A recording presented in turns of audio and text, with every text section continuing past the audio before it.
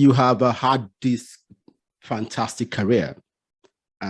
You have told us all about your mentors, the fun, right?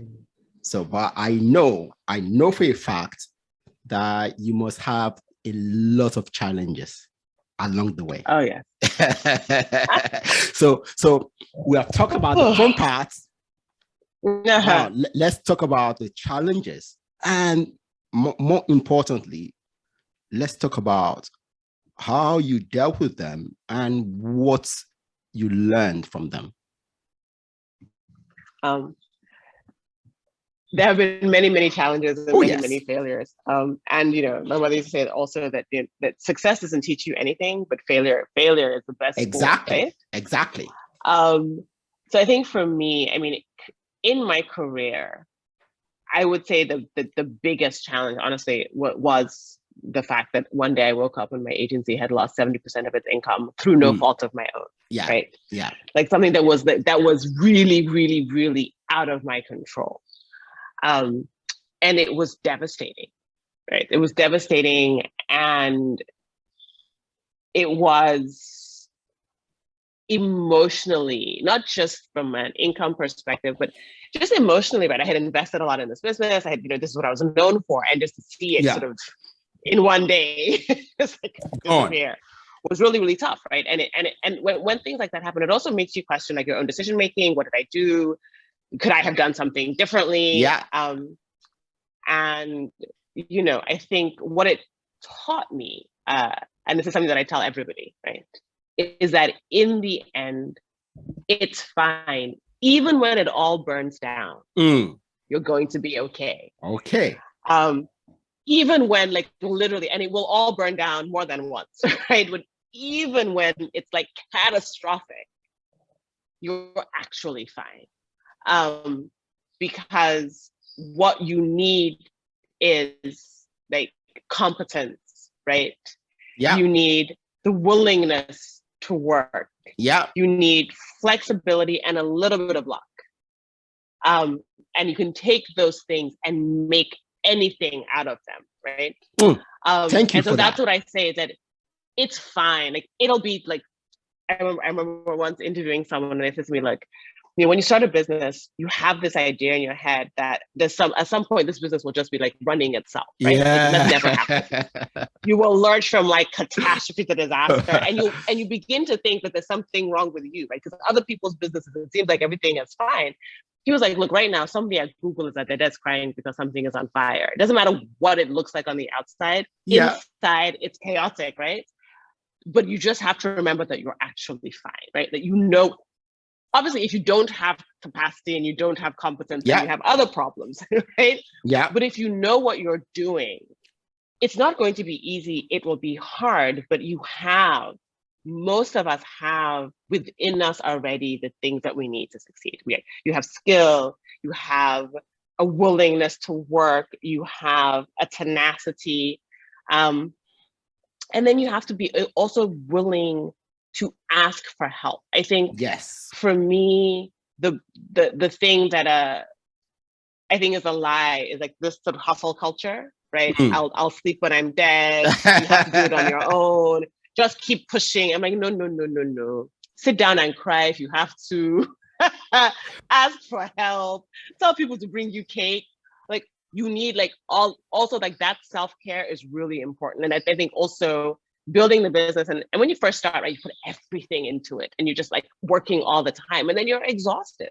Yeah. And so the older I get, so again, doing it a second time, I'm doing it very differently and much more intentionally. And so I've learned to also just take care of myself, even in the midst of chaos. And it can feel sometimes selfish.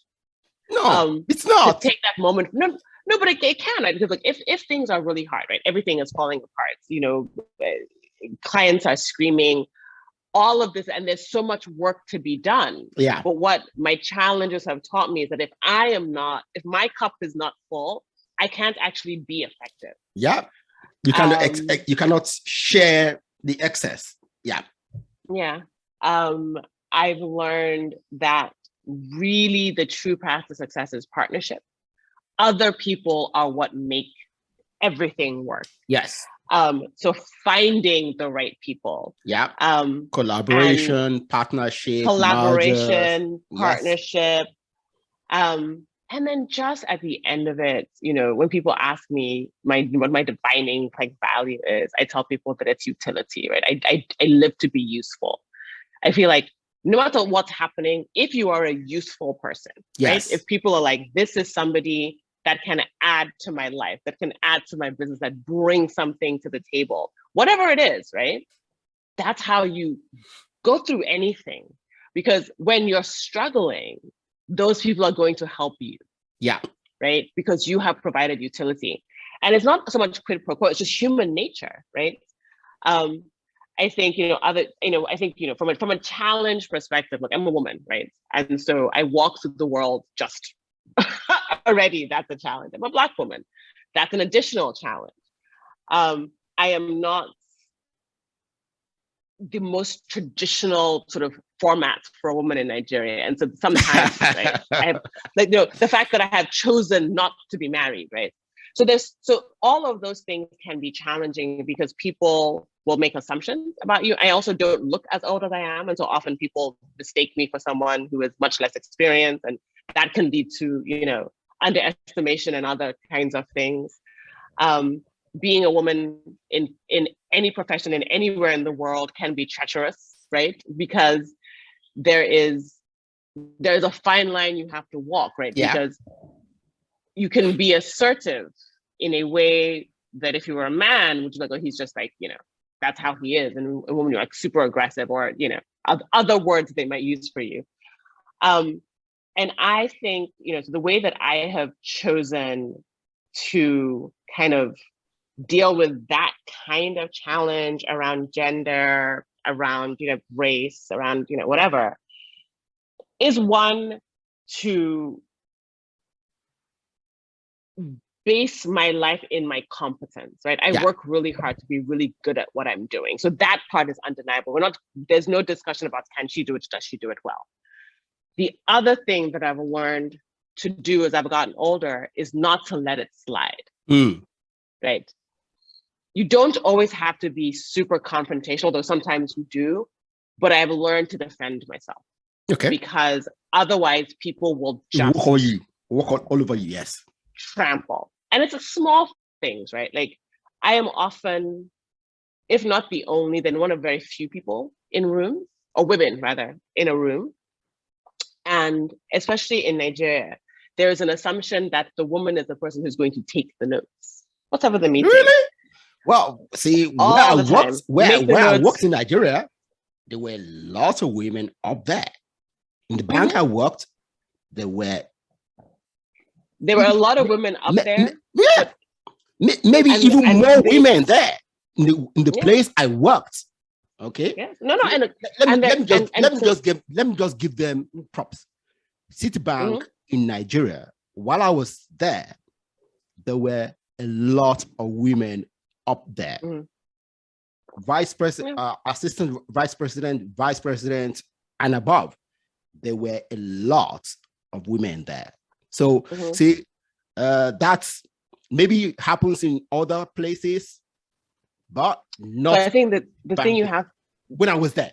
Okay. So what I'm not saying that. No, I understand you. I understand you. No.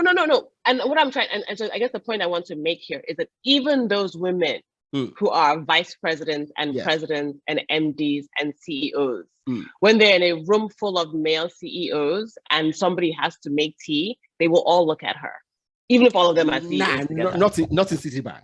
I've been in those rooms. And I think part of it is, and this is part of it, right? Okay, so here's a woman telling you her lived experience, and you're like, no. See, this discussion, I would need to bring you back because for us to talk about this particular thing, okay? Because it's important. See, let me tell you something. I'm an only son. I have two sisters, okay, younger sisters. I have 3 daughters, no son. So I'm very interested in this discussion, okay? I'm very, very interested, all right? I would like to bring you back to discuss all this. Yeah, that's good. All right? Sure. Right.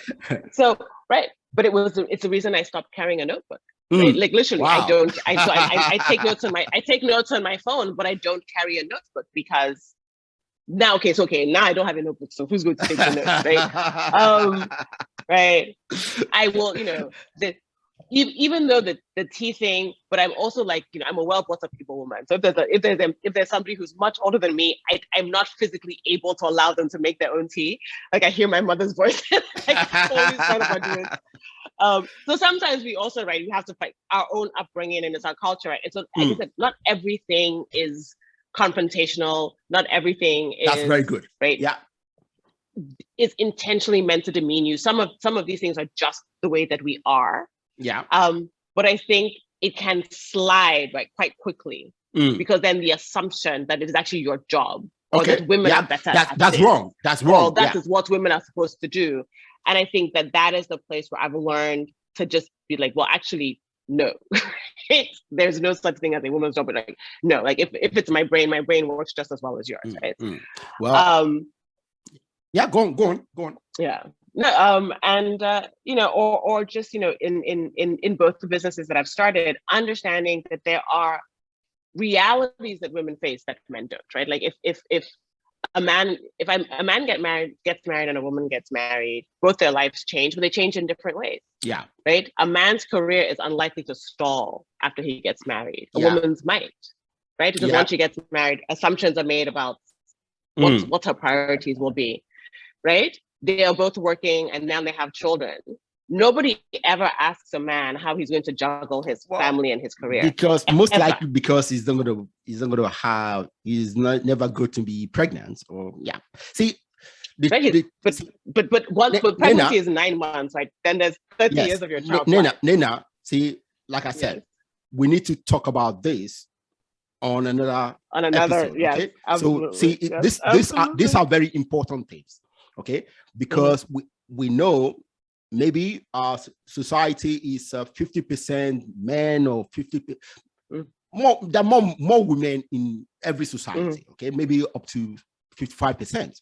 Okay, and women as well as men have careers now. Okay, so we need to discuss these dynamics.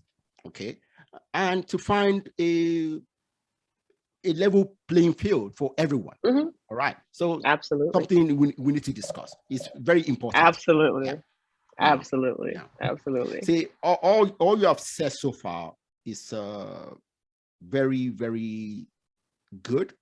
I was going to ask you to give advice to young people, but the way you have dealt with your challenges and the challenges you have are things that you're basically told my audience, giving them advice on how to do things. That's good. That's good.